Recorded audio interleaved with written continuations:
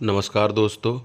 आज हम 70 वर्ष से अधिक ऐसे हितग्राहियों के आयुष्मान कार्ड बनाने की प्रक्रिया के बारे में जानकारी प्राप्त करेंगे जो भारत सरकार की पात्रता में नहीं आते थे।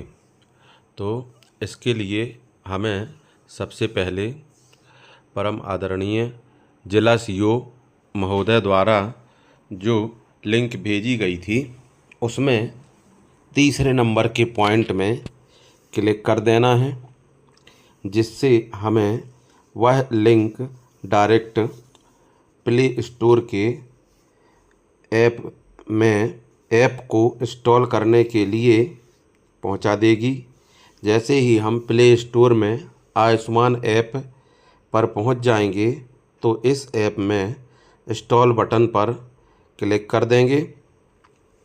इंस्टॉल बटन पर जैसे ही हम टच करते हैं तो वह एप्लीकेशन हमारे मोबाइल में इंस्टॉल होने लगेगी।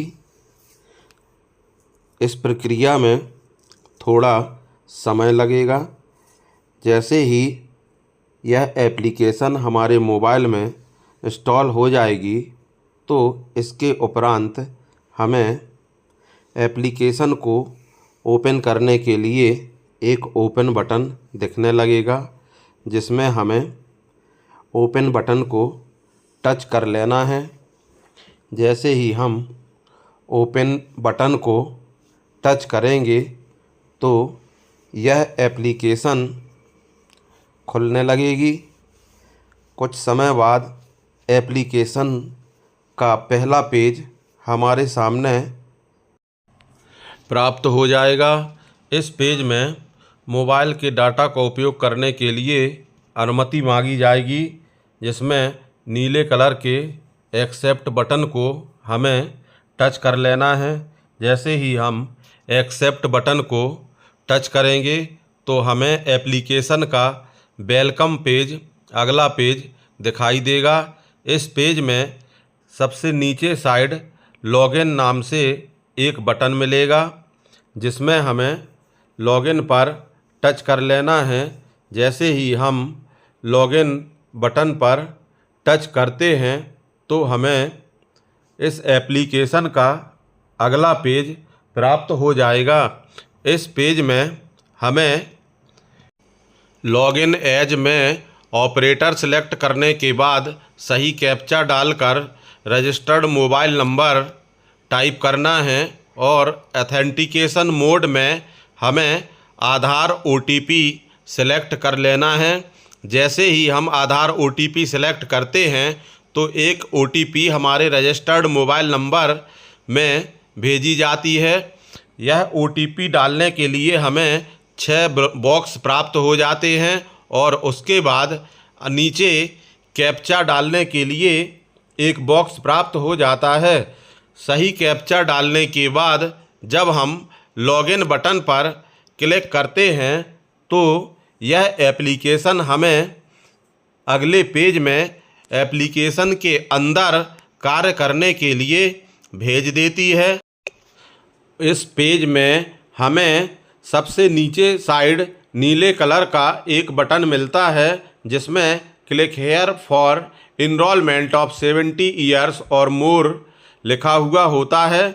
इस बटन पर हम क्लिक कर देते हैं, जिससे अगला पेज आयुष्मान कार्ड बनाने के लिए हमें प्राप्त हो जाता है, जिसमें आधार नंबर में हम हितग्राही का आधार नंबर डाल के फैमिली ID में उस हितग्राही की परिवार ID डालते हैं। जैसे ही उस हितग्राही की परिवार ID डालते हैं तो वहीं पर एक अगला ऑप्शन स्टेट अर्थात राज्य सेलेक्ट करने के लिए प्राप्त हो जाता है, जहां से हम अपना राज्य मध्य प्रदेश सेलेक्ट करते हैं और कैप्चा में सही कैप्चा डालते हैं, जिससे नीचे का सर्च बटन येलो कलर का दिखाई देने लगता है। कैप्चा डालने के बाद जैसे ही हम सर्च बटन को टच करते हैं तो हमें एप्लीकेशन का अगला पेज दिखाई देने लगता है। इस पेज में एक error message beneficiary not found in the existing ABPMJAY database proceed for new enrolment नाम से दिखाई देता है, जिसमें हम डिसमिस पर टच कर देते हैं। जैसे ही हम डिसमिस पर टच करते हैं तो हमें अगला पेज दिखाई देने लगता है। इस पेज में click here for enrolment of 70 years और मोर बटन पर पुनः टच करते हैं, जिससे हमें एक अगला पेज दिखाई देने लगता है, जिसमें हितग्राही की eKYC करने के लिए एप्लीकेशन पूछता है। eKYC करने के लिए आधार, OTP, फिंगरप्रिंट, आइरिस या फेस ऑथेंटिकेशन 4 ऑप्शन होते हैं, जिसमें से हम आधार, OTP या फिंगरप्रिंट को सिलेक्ट कर लेते हैं। जैसे कि मैंने कस्टमर की eKYC करने के लिए आधार, OTP को सिलेक्ट किया है, जिससे हमें आधार नंबर जो हमने एप्लीकेशन में प्रारंभ में दिया था वह दिखाई देने लगता है। इसमें वेरीफाई बटन पर टच करने के बाद हम देखते हैं कि हमें अगला पेज में KYC करने के लिए कंसेंट अर्थात घोषणा मैसेज प्रदर्शित होने लगता है। इसे हम ऊपर स्क्रॉल करके देखते हैं तो हमें इसी घोषणा मैसेज के नीचे तरफ एक चेक बॉक्स दिखाई देता है, जिसे हम टच करके अपनी सहमति प्रदान करते हैं। जैसे ही हम इस घोषणा मैसेज को स्वीकृति प्रदान करते हैं तो हमें नीचे साइड एक अलाउ बटन प्राप्त हो जाता है, जिसमें अलाउ बटन को टच करने पर हमें एप्लीकेशन अगले पेज में पहुंचा देती है। इस पेज में मेंबर आधार, OTP एवं यूजर मोबाइल OTP डालनी होती है। मेंबर आधार OTP में उस हितग्राही के आधार में लिंक मोबाइल नंबर पर एक 6 अंकों का पिन जाता है, जिसे हम इनपुट करते हैं, और यूजर OTP में हमें अपने रजिस्टर्ड मोबाइल नंबर पर 6 अंकों का पिन प्राप्त हो जाता है, जिसमें हम वह पिन यहाँ पर इंटर कर देते हैं। जैसे ही हम पिन इंटर करते हैं तो एप्लीकेशन ऑटोमेटिक प्रोसेसिंग करने लगती है। जैसे ही यह प्रक्रिया पूर्ण होती है तो हमें अगला पेज प्राप्त हो जाता है। इस पेज में एक डिक्लेरेशन होता है, जिसमें eKYC सक्सेसफुल होने का एक मैसेज होता है, और वह कहता है कि आप 70 साल से अधिक हैं तो शासन की विभिन्न स्कीम जो और भी चल रही हैं, अगर उनकी पात्रता रखते हैं तो उन्हें चुन सकते हैं। अन्यथा सबसे नीचे none of the above option को चुन कर प्रोसेस बटन को टच करते हैं। जैसे ही हम प्रोसेस बटन को टच करते हैं तो हमें एप्लीकेशन के द्वारा अगला पेज दिखाई देने लगता है,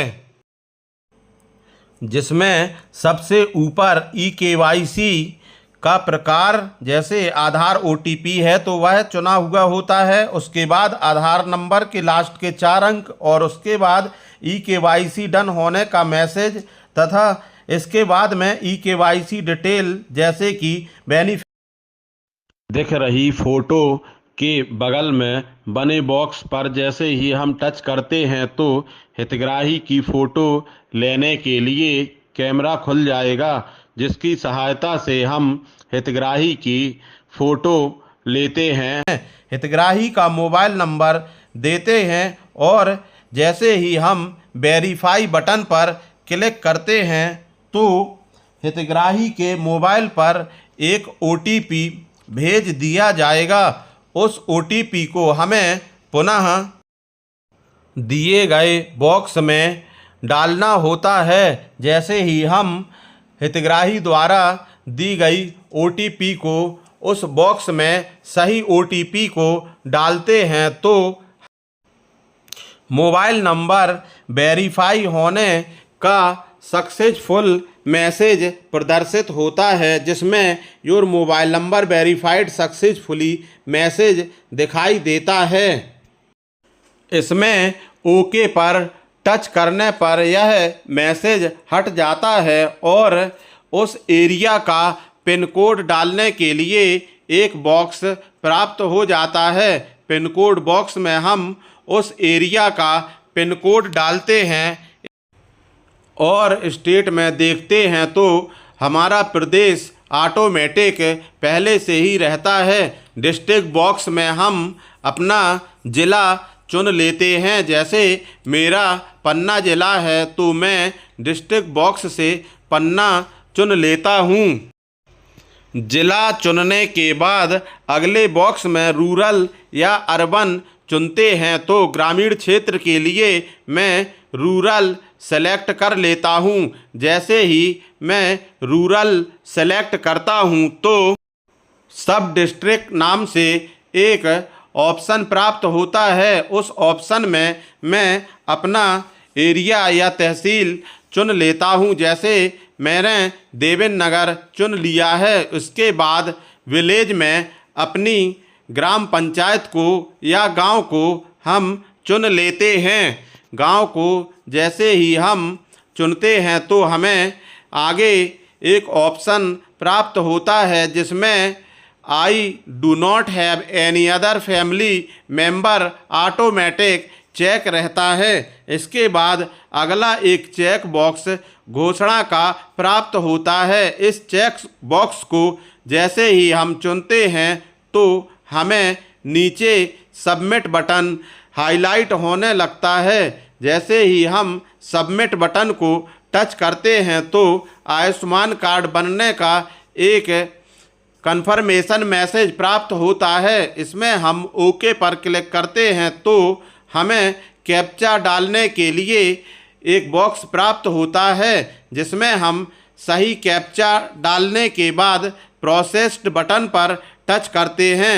जैसे ही हम प्रोसेस बटन पर टच करते तो अगले पेज में हमें आयुष्मान कार्ड सक्सेसफुली बनने का मैसेज प्राप्त हो जाता है।